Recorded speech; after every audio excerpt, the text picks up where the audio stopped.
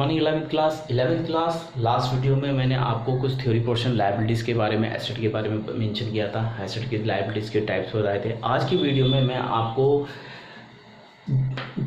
Accounting principle के बारे में बता रहा हूँ।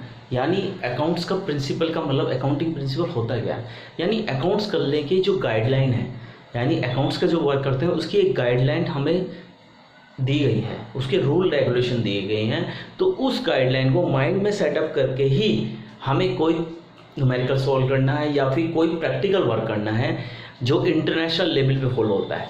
यानी कहने का मतलब ये है, अगर मान के चलिए मैं एक एज ए अकाउंटेंट हूँ और मैं इंडियन कंपनी में कोई वर्क कर रहा हूँ और मैंने कोई जर्नल एंट्री पास करी उस बेसिक रूल रेगुलेशन को, प्रिंसिपल को फॉलो करते हुए, तो वही रूल रेगुलेशन इंग्लैंड में बैठा हुआ आदमी अकाउंटेंट, सऊदी अरब में बैठा हुआ या किसी भी ऑल वर्ल्ड में बैठा हुआ आदमी उसका वही मतलब निकालेगा जिस मतलब के लिए, जिस एम के लिए मैंने वो एंट्री पास की है।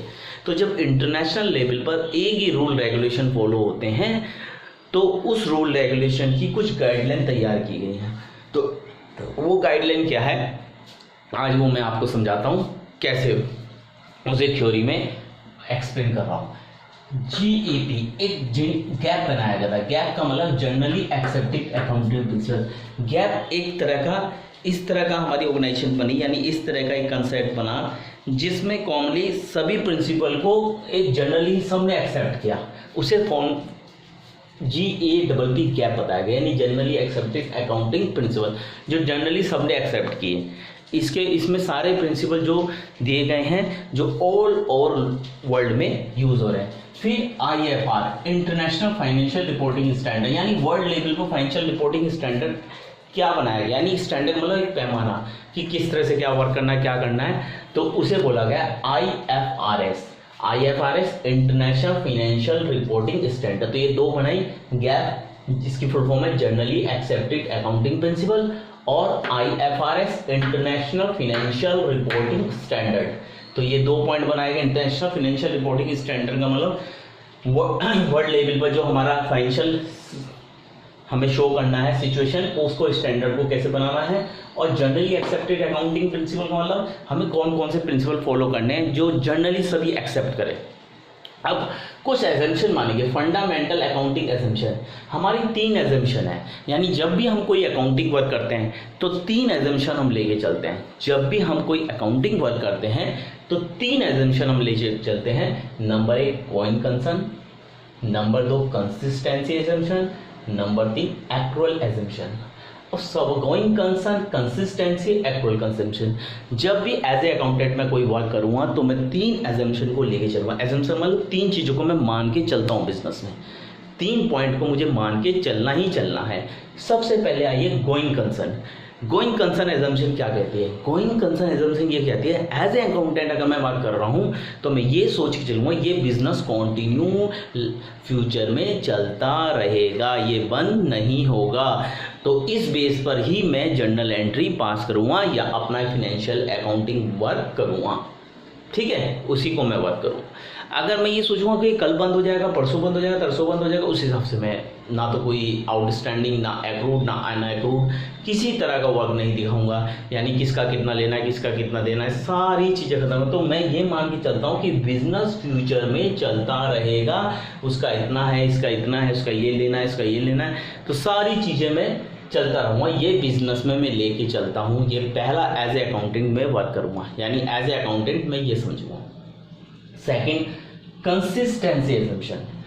कंसिस्टेंसी एजम्पशन क्या है, यानी कंसिस्टेंसी एजम्पशन का क्या मतलब है? कंसिस्टेंसी एजम्पशन मतलब अगर एज ए अकाउंटेंट मैंने एक रूल रेगुलेशन फॉलो किया, एज ए अकाउंटेंट मैंने कोई नियम बनाया, मैंने कोई नियम फॉलो कर रहा हूँ अपनी बुक में, अपने वर्क में कोई नियम फॉलो, तो वो रूल रेगुलेशन कंटिन्यू वही फॉलो करना है, बार बार अपने रूल रेगुलेशन को चेंज नहीं करना है। यानी 2018 का जो रूल रेगुलेशन मैंने फॉलो किया, 2018 में जो मैं अकाउंटिंग वर्क कर रहा हूँ, तो वो 2019 में, 2020 में, अगर मैं हर साल अपने नियम को चेंज करता रहूँगा, अपने कैलकुलेशन के तरीकों को चेंज करता रहूँगा तो क्या होगा, उससे प्रॉफिट में चेंज आ जाएगा, उससे अकाउंटिंग वर्क में चेंज आएगा, फाइनेंशियल रिपोर्टिंग में चेंज आ जाएगा। तो मैं एक ही रूल रेगुलेशन को फॉलो करना है, ये दूसरी एजम्पशन है। पहली एजम्पशन गोइंग कंसर्न है बिजनेस कंटिन्यू चलता रहेगा, बिजनेस कंटिन्यू चलता रहेगा, इस बेस पर मैं अकाउंटिंग वर्क करता हूँ।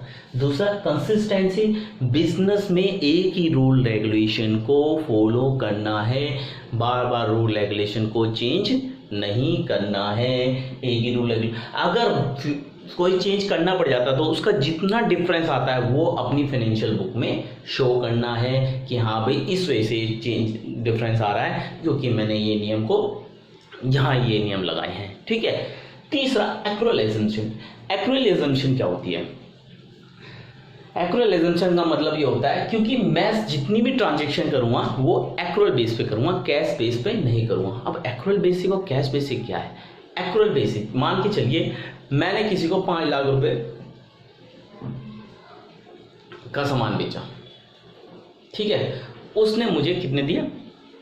3 लाख रुपए। अब यहाँ आ गया डिफरेंस, अब यार 5 लाख से एंट्री करनी है या जो 3 लाख रुपए हैं उससे एंट्री करनी है? भाई 5 लाख का सामान बेचा, आए कितने? 3 लाख रुपए। तो 3 लाख रुपए यहाँ कैश बेसिक हुए क्योंकि मेरे पे 3 लाख ही कैश आया है। लेकिन एक्रूअल बेसिक एजम्पशन कहता है कि अकाउंटिंग वर्क हमेशा एक्रूअल बेसिक पे होना चाहिए, कैश बेसिक पे नहीं हो। तो मैं यहाँ 5 लाख से ही एंट्री करूँगा।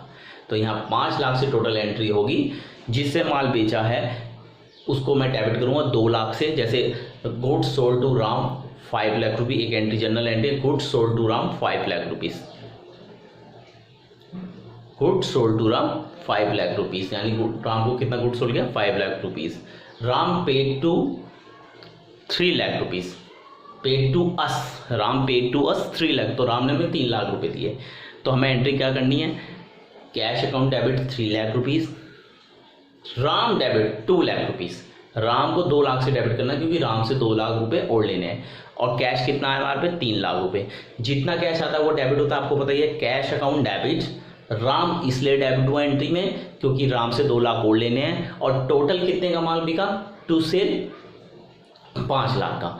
तो एक्रूअल बेसिक एजम्पशन ये कहती है अगर हमारे पे कितना कैश जा रहा है, कितना कैश आ रहा है, इससे हमें कोई मतलब नहीं है। एक्रूअल बेसिक एजम्पशन ये कहती है कि इस साल हमारी कितनी इनकम हुई, चाहे वो कैश में हुई हो या ना हुई हो, और इस साल हमारा कितना खर्चा हुआ, चाहे वो कैश में हुआ हो या ना हुआ, खर्चा हुआ है। तो इस वजह से हम क्वेश्चन में हम अपने उसमें 4 पॉइंट क्रिएट करते हैं: आउटस्टैंडिंग, एक्रूड, अनएक्रूड, प्रीपेड। आउटस्टैंडिंग किसे कहते हैं मैंने आपको पहले भी समझाया था पिछली भी लास्ट वीडियो में। जो खर्चा मैंने समय पर नहीं पेड करवाया, आउटस्टैंडिंग, ये हमारी लायबिलिटीज होती है। प्रीपेड, जो मैंने एडवांस में पेड कर दिया खर्चा होने से पहले, ये हमारी एसेट होती है, प्रीपेड एक्सपेंसेस।